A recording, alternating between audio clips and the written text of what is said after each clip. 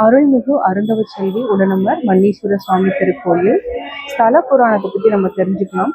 கொங்கு மண்டலத்துல மிகவும் பழமையான ஆலயங்கள்ல இந்த திருக்கோயிலும் ஒன்று.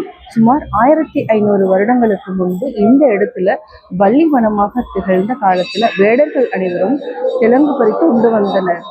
அச்சமயத்துல அன்னி என்னும் வேடன் கிழங்கை அகற்ற கனமான ஆயுதத்தால் தோண்டிய போது பெருங்கொண்ட ஓசையுடன் ஒரு சத்தம் எழுந்தது. அதில் உதிரம் வந்தது. வேடன் என்ன செய்வது என்று அறியாமல் அருகில் இருந்தோரை அழைத்து காண்பித்தார்.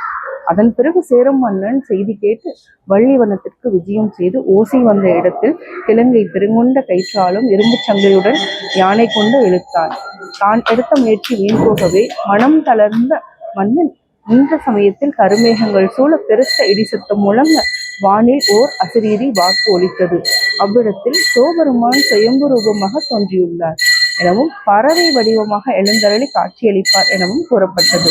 இறைவனை சோதித்த தவறுக்கான மன்னரும் வேடனும் இறைவனிடம் மன்னிப்பு கோரினார்கள்.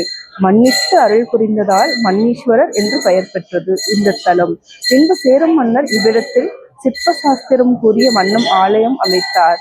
அன்னி என்னும் வேடனின் பெயரால் இந்த ஊர் அன்னியூர் என பெயர் பெற்றது. சேரும் மன்னர் கொங்கு சோழர்கள் ஆண்ட காலத்தில் இத்திருப்பணிகள் பலவும் நடைபெற்றது.